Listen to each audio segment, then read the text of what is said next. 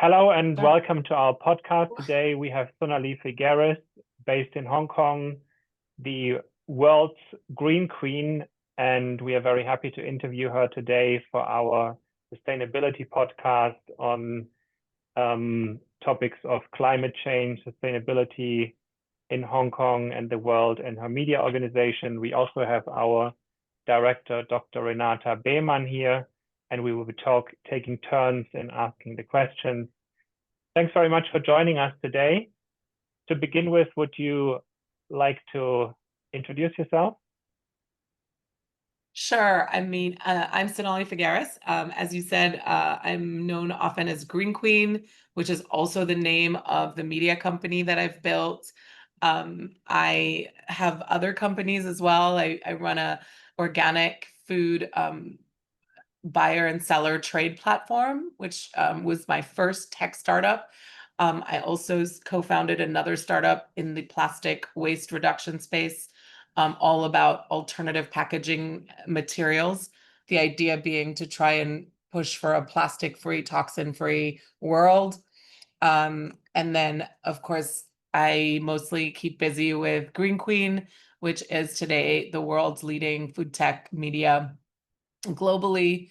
We really spend a lot of our reporting on showcasing the solutions to really make the food system better. And when we say better, we mean ready for the climate change reality that we live in.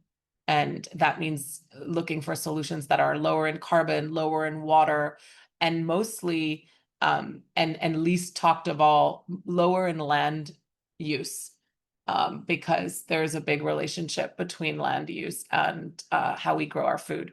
So our work is really primarily to talk about all the issues, cover the research in the sector, and then spotlight on all the solutions, and that means a lot of startups. So there's a tech element to our reporting that is important, but one thing that we do, I think, very differently than other media is in this space is that we really provide the context constantly. So every day you will find information on and reporting on reports and research and experts sharing about where we are today and why we need all these solutions. So Thanks for that intro. That is very impressive. And I understand you started in Hong Kong with a local blog, and you've now made it a global organization. How did you do that? And how did that kick off globally, basically, from a local blog? yeah, I think it's interesting to kind of look at it backwards from where I am now and where I started, because I cannot say that it was my plan all along. And probably if it had been my plan, I would be in a different outcome. But it started really because I've told this story like quite a bit, so I won't spend too much time on it. But essentially, I had a lot of health issues that led me to feel very frustrated with the traditional medical community. I wasn't getting help and I wasn't getting diagnosed. And so that led me down to find my own online answers, essentially, to start finding ways where I could change my habits and my life to make my symptoms better. And one of the things that really was helpful was changing what I ate. And I'm a natural researcher by nature.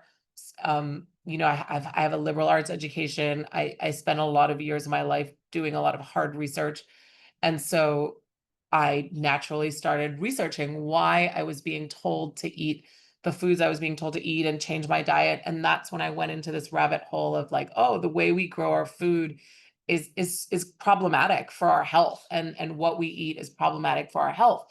And that's how I started getting into things like, oh, I should be choosing organic food because it's from better soil, it doesn't have pesticides, it has higher nutrient and mineral contents. And so from there, it just sort of devolved where then I learned more about soil and more about water pollution and more about air pollution and how that affected our food. And the more I went down, as I call it, the rabbit hole, the more I got interested in this connection between food systems and, what we eat, how we grow what we eat, and the climate.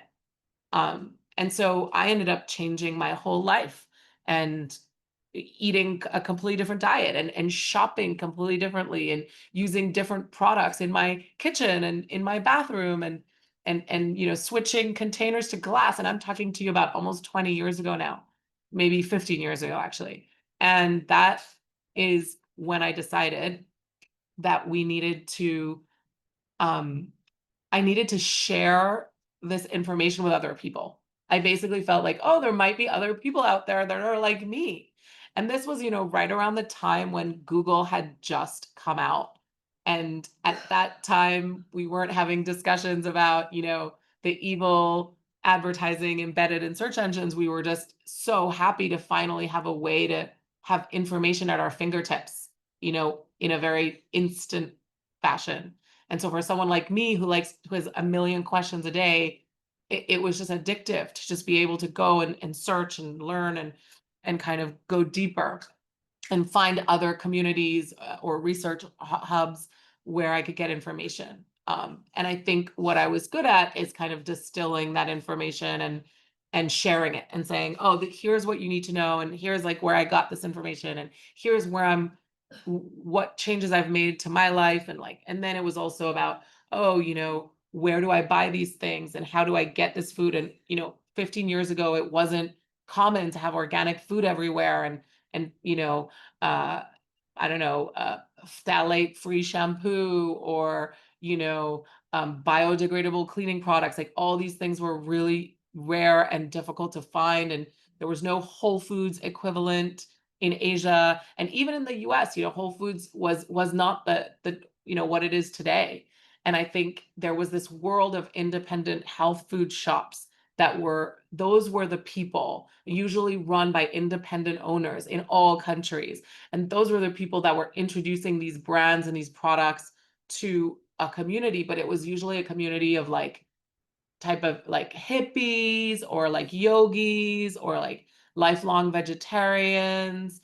And that community really changed when these kind of ideas went mainstream. And I guess what I did see early on, and that was when I put my trend hat on. And I think looking at my career, I think that's something I am really quite good at, is that I figured out early that these were going to be huge trends. Essentially, I figured out, oh, once the whole world knows what I know, people are going to change and people are going to want options and people are going to want solutions. And that realization is still happening today. So today, 15 years later, organic is commonplace. I mean, every supermarket in Europe, even many supermarkets in Asia, in Latin America, in North and South America, everywhere in the world, basic company, you even go to a 7-Eleven, you will find a few organic products, right? That's how common it's become. It's become so common that people don't even care about organic anymore. But 15 years ago, that wasn't the case, right? And now today, we've been through a few cycles, but now today people are worried about the plastic toxins in their food and wondering what they can do about it. And should they change the pan that they use to cook? And now people are wondering, oh, the environmental impact of what I eat, it does matter. And so there's this kind of huge kind of conversation between health and the planet and how responsible you are for these choices. But so all of these things that I saw 15 years ago are still being played out now in different ways. And so I just felt like, oh, this is a really fascinating and important area to be in, which was a very difficult choice to make at the time, because I was coming from a finance background, which is a very lucrative, high-powered career, and looking at oh, the future of food was just not considered very interesting or important. or enticing. And, it was very lonely in the beginning, especially in Hong Kong. I mean, I had no friends. I had no one to talk to. Then I found a few people that were pioneering things here, and we became friends and we kind of grew together.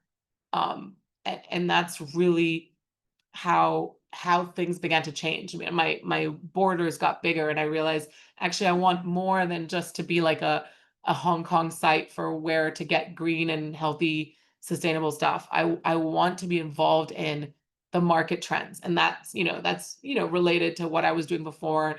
I did management consulting, I did finance, and I did a lot of research in university. And so obviously all of those things combined, and I thought, okay, I want to be at the forefront of these ideas. And eventually that led me to reporting on startups and solutions. And that's how I ended up back into like a kind of finance world, which is the world of investing, and the world of using, venture funds to back groundbreaking solutions that we need. And so that kind of tied in well. And I think I felt very strongly that we needed a media company that, one, was not US dominated, that had a global perspective, because at the time all the news was very US focused. And I knew very well, because I was born and brought up in Asia and I'm half Indian, I knew very well that, most of the world's population lives in Asia, and Asia has like a land limitation, and that protein demand curves were only going to keep going up. And so I knew that Asia had a big role to play in the future of food. And I felt like, okay, I'm going to be the one to provide a platform that showcases the global news, but also, the Asian news, the Latin American news, the African news, of course, European news. And eventually that turned into what we are now. That's very fascinating. Thanks for sharing that. Could you talk a bit more in detail how that process you think happened from becoming global? So you mentioned venture funds, and that it's just generally increased, the awareness has increased about all these topics. But how and when did you make it global and more successful, bigger, and so on? To be honest, success-wise, it really happened the first day. I had no training in media when I started. So everything that I've learned by doing and by figuring it out. And very soon after we started, we were the first website in Asia to talk about sustainability and green and healthy living in more than just a personal blog. It really was the first place where there were discussions about, organic certification and, trends in sustainable food and why people change how they eat when they become parents and things like that. And so we always had some of that kind of like trend focused. I wouldn't say it wasn't reporting at the time, but it was, research based and descriptive articles.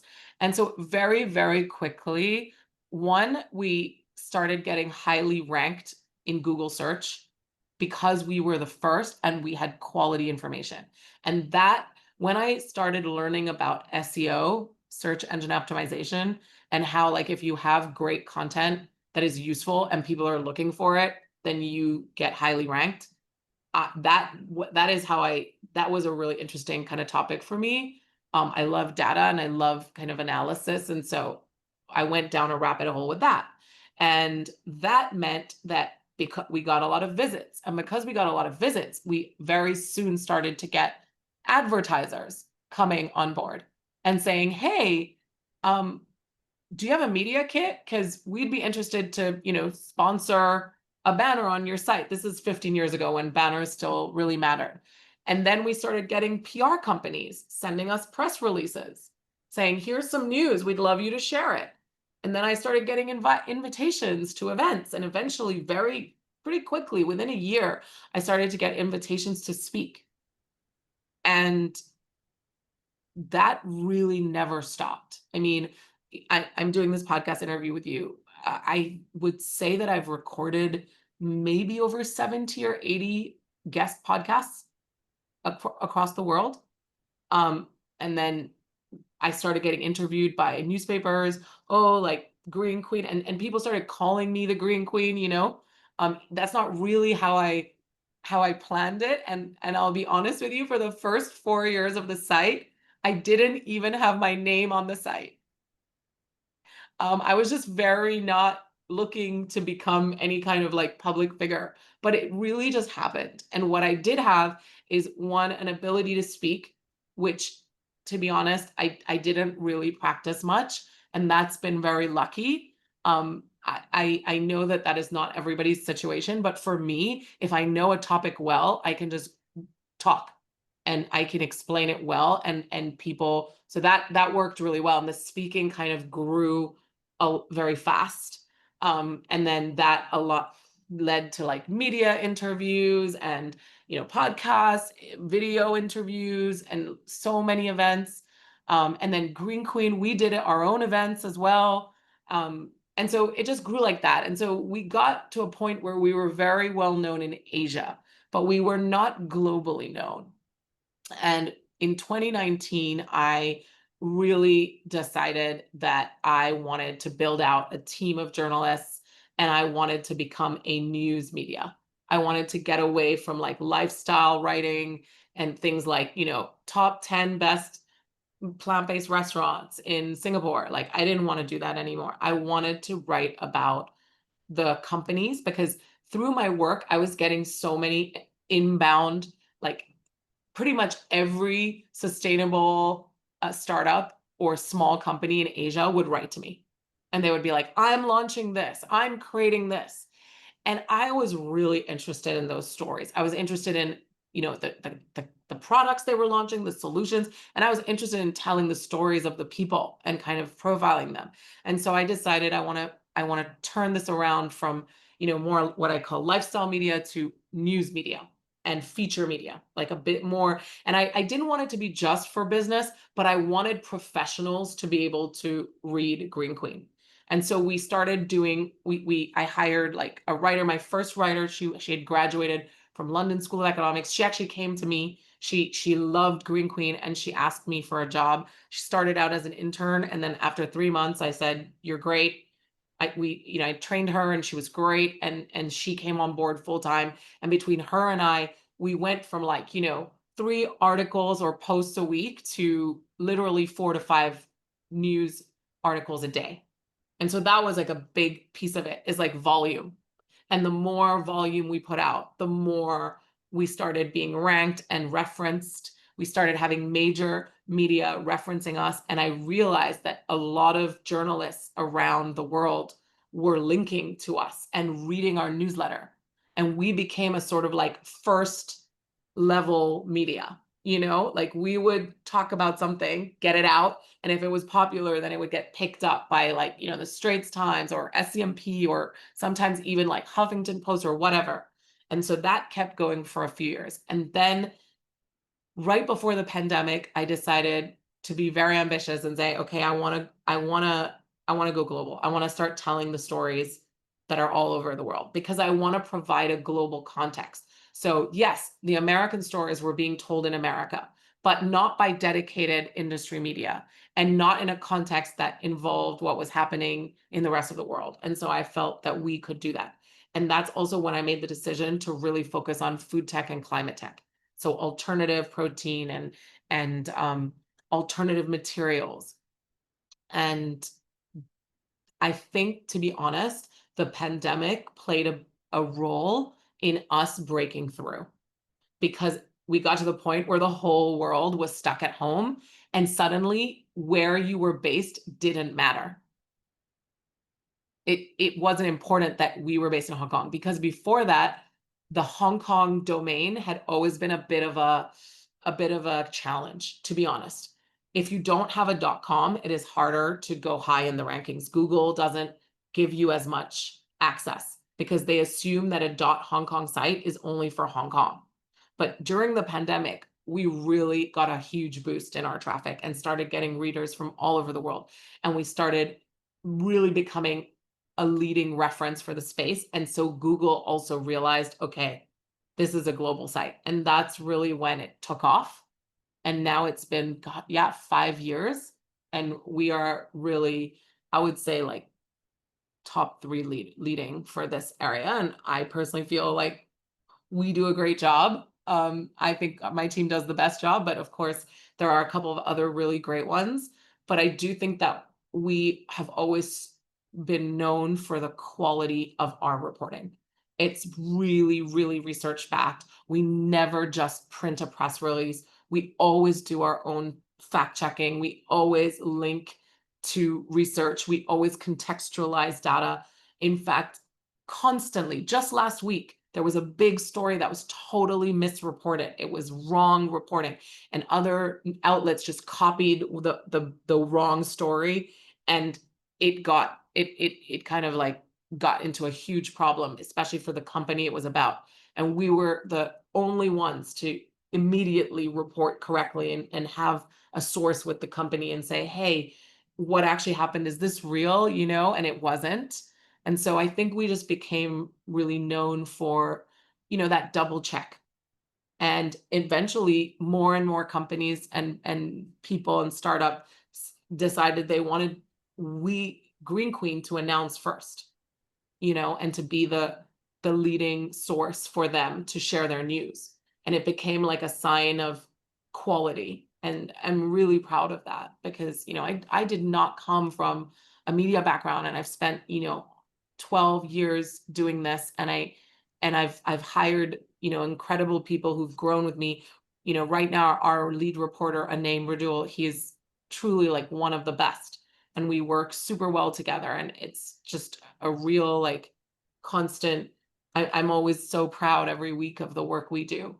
But yeah, it's I mean, I make it sound really exciting, and it is, but there have definitely been, it's not easy to run a media company. I mean, it is, you know, it's not easy. You're constantly dealing with like, oh, like breaking news and like problems and people angry because you said this and they wanted you to say that, and you have to say sorry, you know, this is not a paid article, and people saying, oh, you covered these people, why you didn't cover us, you know, it's a lot of that. But what happened is, because we were covering all these solutions and startups and early trends, we started to develop a big audience of investors, policymakers, researchers, and that's really interesting. So we have a huge database of VCs and investors and corporate investors as well, and private equity who really follow our newsletter every week to find our reporting so that they can figure out what's going on in the food tech and climate tech space, and who use our reporting to inform, you know, their due diligence reviews, but also kind of, you know, figuring out the trends and what's going on and what companies to look at. And so that's been really, really fun because I have worked in investing before, and I really enjoy that part too. Excellent. And also very interesting what you shared about SEO, search engine optimization. I noticed though that you kept the .hk at the end, even though you said that the .com is better on Google. It is, but first of all, .com, when I first started Green Queen in 2011, was not available. Green Queen, I think, is, well, first of all, it's a fun name. It came to me honestly in a dream. It's a true story. And so I wasn't able to get the .com. And there are costs, there are opportunity costs to switching your domain. So switching meant starting from zero in terms of rankings and authority. And it can take a few years to build it back up. And I just felt like we turned a corner during COVID, and we just became like well known enough that we were able to overcome the .com.hk issue. So it didn't make sense to start from scratch. And however, I do want to say that these days, SEO is almost like a bit old-fashioned, and now in today's world, which has changed in the last 18 months, it's all about GEO and AIO, which is Generative Engine Optimization and Artificial Intelligence Optimization. So essentially, you know, making sure that you are quality content, which the LLM tools kind of stealing and not paying you for are using to answer the questions that they get. And actually, it's really interesting, but we are one of the top sources for AIO and GEO in the food tech space, if not the top source. I get our reports. I look at our data all the time, and this has been really interesting. And I honestly think that it is because we have the most in-depth, long, researched quality articles. And that is what the LLMs do prioritize, as opposed to search engine optimization, which became a game that you could gamify. And you could kind of, you know, essentially like adapt your content to be like the first result, even though it's not the best answer. And that the quality of results in Google search really went down. But right now, since AIO and GEO is so new in its beginning, that what the social writer Cory Doctorow calls enshittification has not happened yet.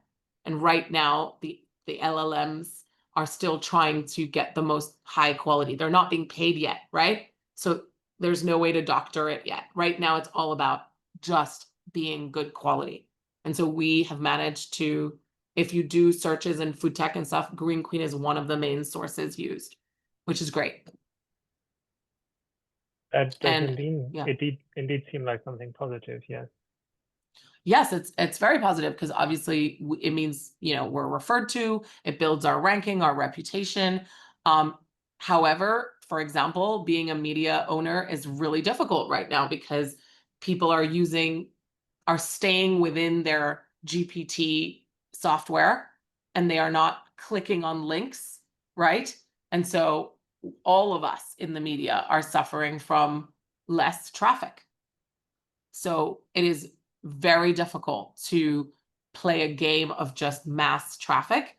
You have to play a game of quality and reputation. That's very interesting. And probably a whole other topic that we could talk about for an hour or more. But we wanted to pick up on a few topics that we mentioned at the beginning, for example, climate. And I saw that you initiated and managed the Climate Feed Fellowship for Young Journalists. Could you talk a bit about that? Yes, I'm really excited about that. So I had the idea almost 2 or 3 years ago, but it took time to, you know, find a program manager and figure out a way to get funding. Anyway, I found an amazing program manager called Marlana Malarich, and her two, and Alice and Lucy Milbank. So they run this sort of organization called Rooted Research Collective. So they're researchers for the food and ag innovation space, and they helped me create.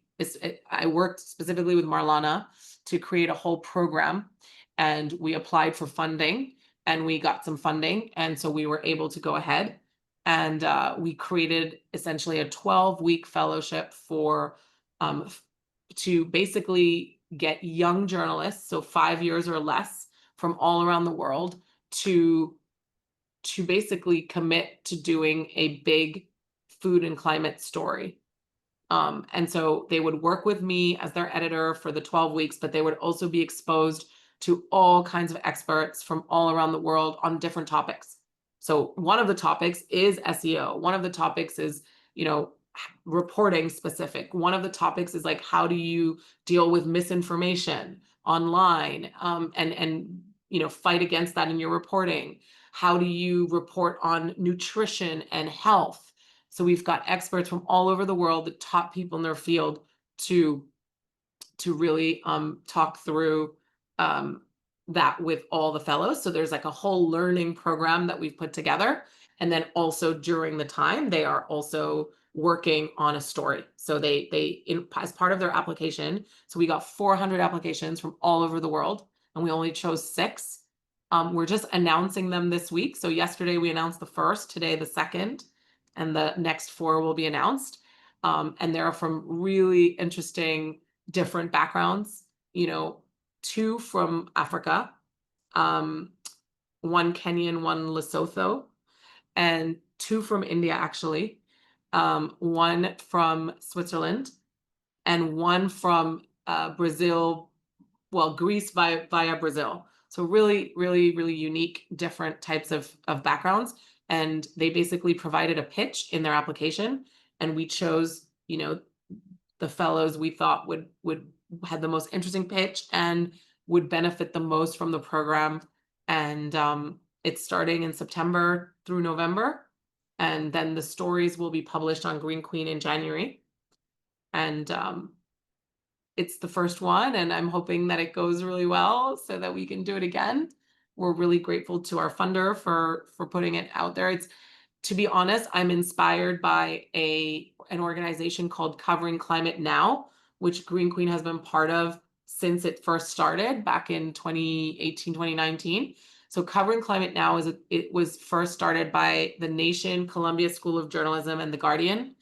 And now it's expanded to include over 600-700 outlets from all over the world, audio, video, text, digital only, print. And essentially the idea is to be a resource for journalists to tell the climate story. So in 2018, 2019, when it was started, the idea was, how do we get more coverage of news to relate to the climate? So for example, if you're doing a story about a heat wave, it's linked to the climate, but a lot of times that link is not made. And so people are reading about heat waves, but they're not reading about the fact that it's heat waves because we're eating too much beef and using too many cars, and that's causing, heating and issues, which is then causing extreme weather to be more frequent. And so that's what Covering Climate Now is really trying to do. And that's what they do really well. And they've grown into a huge campaign and effort, and there's so much exciting stuff. But because they're so focused on just climate, and they focus a lot on weather and energy and just basic climate reporting, food once again gets pushed down. And so I am trying to provide a similar kind of idea, but for food and climate, because once again, something that people just do not think about enough is that 1/4 to 1/3 of all emissions globally come from food and agriculture. And yet most of climate reporting, 93% of climate reporting doesn't mention agriculture. So there's a huge mismatch. So we are trying to really get journalists who are interested in climate to focus on food. That's great that you do that, because I agree this is heavily underreported. And I would say especially so in Hong Kong. I mentioned Hong Kong because you and I are both based in Hong Kong. Yeah, so very exciting, this Climate Feed Fellowship. And as you just said, food is rarely discussed. And my impression, having lived in Hong Kong for more than 10 years, this is very much the case here. Do you agree with that? If so, how could it be changed? And also, how green do you think Hong Kong is? So we talked about we went from local to global. We talked about how you expanded, about this Climate Feed Fellowship, which is also very global. You just said there are people from different continents. On this question, I want to go back to local, if you don't mind, and look at Hong Kong. What's your impression of the city in terms of that? And how could it, what's hindering Hong Kong? How could it improve? Well, let me tackle your first question around, food reporting for climate in Hong Kong. Hong Kong is an island, and over 95% of our food is imported. So there's just less food reporting. in terms of agricultural and growing reporting, because that's not there's not a lot of action happening. There's not a lot of local stories. So there's not a lot of, leads for local journalists. I think Hong Kong does have a very vibrant dining and restaurant scene, and there's a lot of reporting about that. But we are a city that has one of the highest meat consumption capitas in the world. We have I think the highest seafood consumption per capita in the world, very high dairy consumption per capita. So in terms of like the average person's food related carbon footprint, it's not very good. There has been work by certain pioneers like the organization Green Monday, which then created Green Common and Omni Pork as a alternative pork solution. They did try very hard and were quite successful at really getting people to rethink things. Actually, Hong Kong was the first market that Beyond Meat launched in, even before it had launched across the US. Same with Impossible Foods. So there was a point in time right before the pandemic that we had a very, very exciting alternative food and food tech scene. Unfortunately, the pandemic really killed the F&B industry, and they have not yet fully recovered. And because of that, restaurants just pivoted to just try to survive. And they also lost a lot. There were a lot of international expat and kind of just more kind of globally minded folks that left the city after during the pandemic, and that also meant that the market for a lot of these products and solutions became smaller because the demand wasn't there. And so it's just, we have definitely had a bit of a reversal from being a very innovative, leading kind of alternative food city. It's changed a lot. And I don't blame the restaurant business. It's really hard to do well here. Rents are super high, labor costs are high, you're importing all the ingredients. And so people focused on what they wanted to focus on. And it's interesting because during the pandemic, the appetite globally for reducing meat and eating sustainable foods went up. But after the pandemic, once people started to go out again, people wanted their comforts. And the comforts were, lots of ice cream and lots of steak and lots of burgers and lots of dumplings and meat just came back into focus. And that trend has not really stopped. For the first time in a long time, we're seeing meat consumption curves in areas like Europe and the US go up, where before it was declining. And same with dairy milk, where before people were switching to oat milk or soy milk, and now people are going back to dairy. So it's just harder it's a harder story to tell because there's less action and because the trend has sort of shifted against this kind of alternative view of trying to change your diet and trying all these products. That doesn't mean that we don't need these solutions and that the problems have gone anywhere, but it just means that the trends have shifted, and even VCs, there's much less money being invested in the space, and it's tough. And so in Hong Kong, there isn't as much of a story to tell. And as I said, like, most people are not farmers, most people are not related to farming, and so food and ag stories they're not the leading stories. Like, the leading industry here is finance, and so the leading tech is fintech, or it's like real estate tech or logistics tech, because that's what makes the economy here. Whereas in many other countries in the world, where especially land rich countries, agriculture is a huge part of the economy. So that's why you see less reporting here on that. And it also means that, it's less prioritized as an area the food isn't grown here. So if you're the government and you're looking at how do I lower the carbon footprint, and, if you're writing like the 2050 Green Plan of Hong Kong, you're not really concerning yourself with like food growing, because that's someone else's problem. It's the problem of people growing the food abroad. And so that's the main reason, to answer your question. And considering that, what could Hong Kongers do? What could Hong Kong do to improve on that in that area?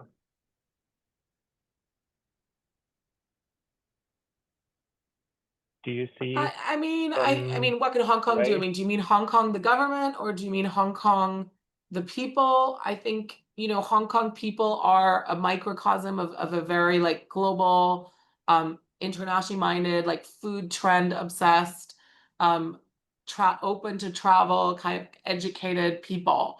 I think Hong Kong has one of the highest rates of mobile phone penetration in the world and has done so for years. Hong Kong is the birthplace of dozens of food trends like matcha lattes and all pineapple buns and all kinds of things. So Hong Kong has a big role to play as like a food culture ambassador.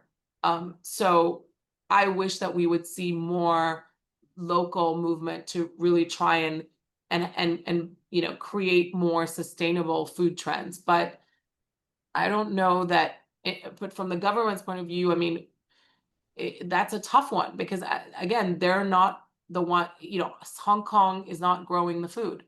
So we wrote a post many years ago about Hong Kong should have a meat tax. I mean, yes, I still think that would be great, but I just don't think that would be very popular,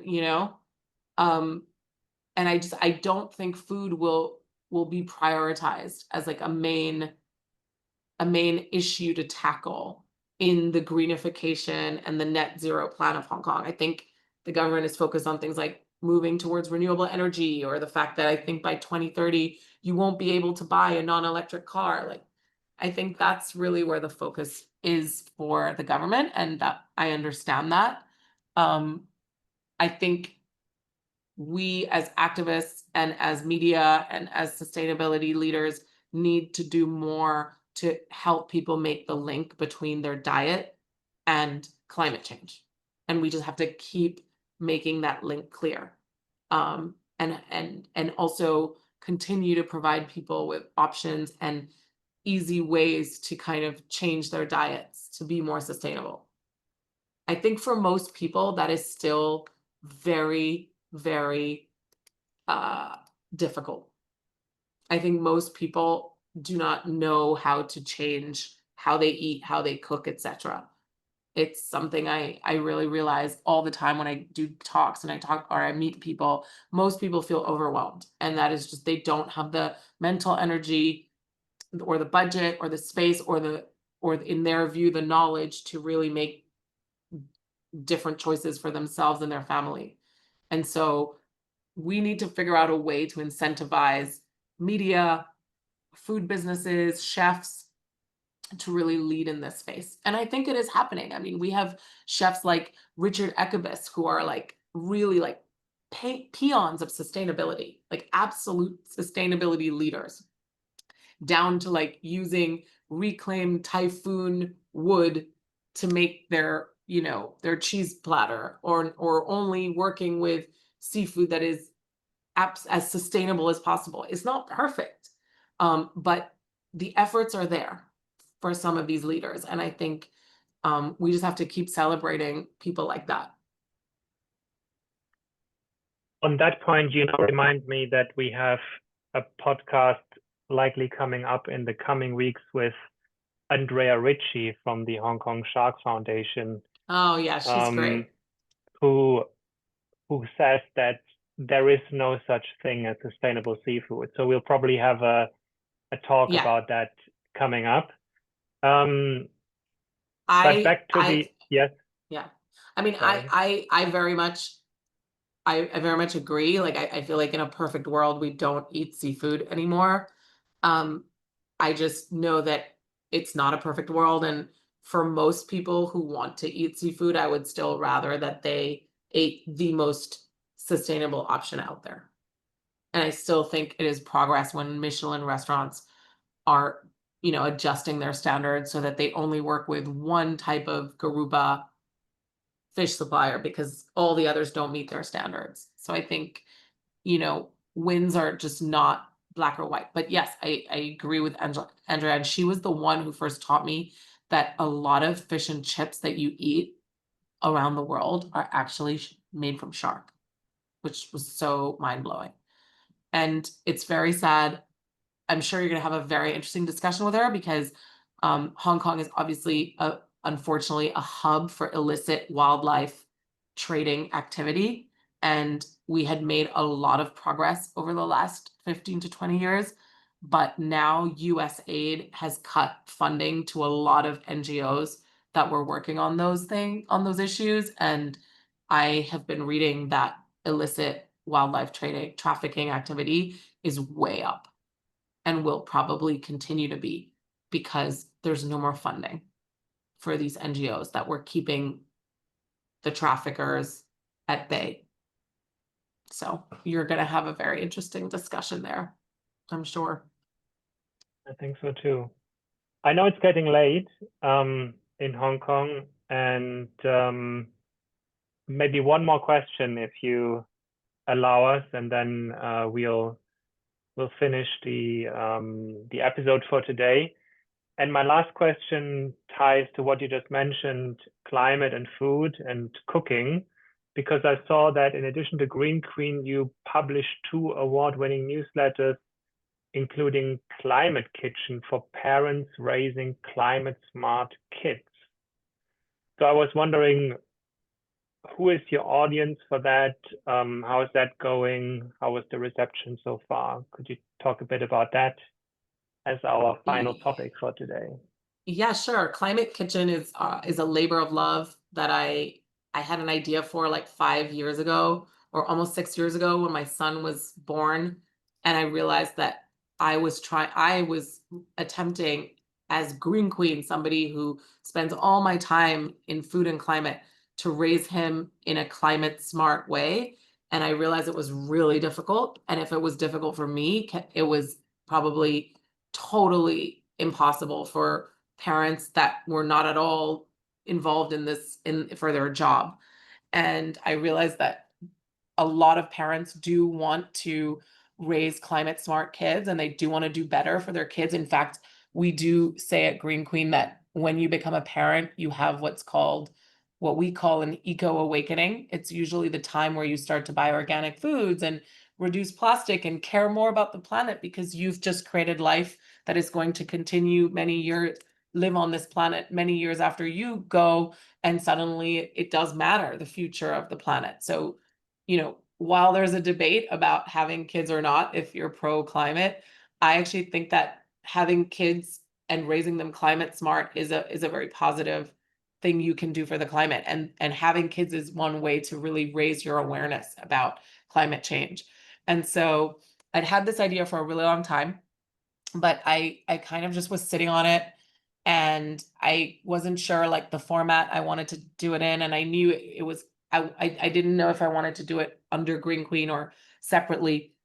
And then I was connected to this wonderful German guy called Nico Westermann. And we met through the world of food tech, and we connected, and we became really good friends. And I told him about Climate Kitchen, and he basically took my hand like virtually and said, you know, I'm going to help you start this. And then I eventually ended up telling this amazing lady in the US, Sophie Egan, who's a sustainable food leader, involved in so many different leadership organizations about sustainable food. She's even an author all about conscious climate eating. And she heard about what we were doing and wanted to join, and we were super excited to have her. And so the 3 of us embarked on the journey formally in October last year, started sending out this newsletter every month or every 2 weeks, depending on what we could do. This is in addition to all our existing jobs and commitments. So we don't have a team, it's just us, and we can just commit what we can commit, but we wanted to test out the idea and see what we could provide. So every issue has essays, It has we answer reader questions. We talk about our favorite climate smart family stuff, like, you know, what we get our kids for Christmas, or what to put in a what's a climate smart idea for a school lunchbox, or how to raise a low waste eater, how to raise an ethical eater, you know. So I have a whole series on how to raise a climate smart eater, and each one I tackle a different part, like how to raise a healthy eater, how to raise an ethical eater, how to raise a zero waste eater, you know, all these things that you don't think about until you're raising a child, and you think, okay, how do I model the right behavior so that one day when they're running their life away from my household, they will bring this kind of knowledge with them. So that's what we're trying to do. We're working on ideas on growing our channels, but it remains difficult because it's not funded right now, and it's just the three of us, and we all have kids, and we all have really busy professional lives. So we do what we can, and we're just growing it slowly. And the audience for that one is Hong Kong, Asia, or global? No. It's all over the world. All over the world. Okay. Excellent. Sonalie, thanks very much for speaking with us this evening. It's been very interesting. We learned a lot. And we'll conclude it with this one. I know you have a few travels coming up. You mentioned that earlier, so all the best with that. And we are looking also forward to see how the Climate Feed Fellowship is developing over the next month. And yeah, thanks again for joining us today. It was our pleasure. Thank you so much. And if you don't mind, we just announced a major big new product that we launched on Green Queen today. So I'm going to share it. So just today, we announced that we launched Green Queen Wire. It's a new solution for startups and corporates and companies in the food and climate space and the sustainability space.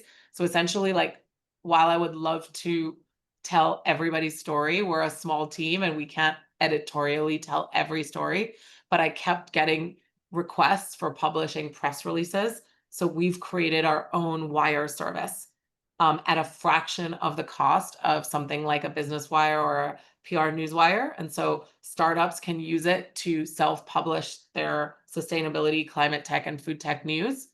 And they can benefit from our SEO, AIO, GEO. They can benefit from our ranking. They can get visibility in case, you know, it's hard to get media coverage, and most media teams are small and can't cover every news announcement. So this is a really great solution for companies in the space looking to, you know, get some visibility and get a boost for their news.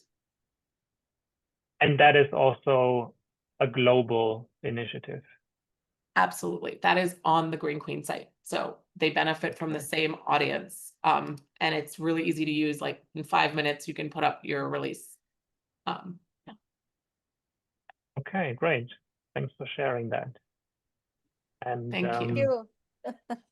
Thank you, yeah. Dr. Renata. Nice to meet you too. And thank you, Michael. I hope you've been there, even though I haven't seen you.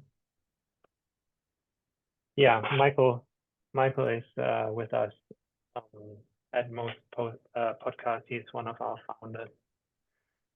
Great. It was started at the business school, the Cambridge Church Business School, and we are all graduates or current students from the business school. That's great. Okay. Well, I'm wishing you all the best, and thanks for having me. Thank you too. Have a good night. You too. All the best. Bye.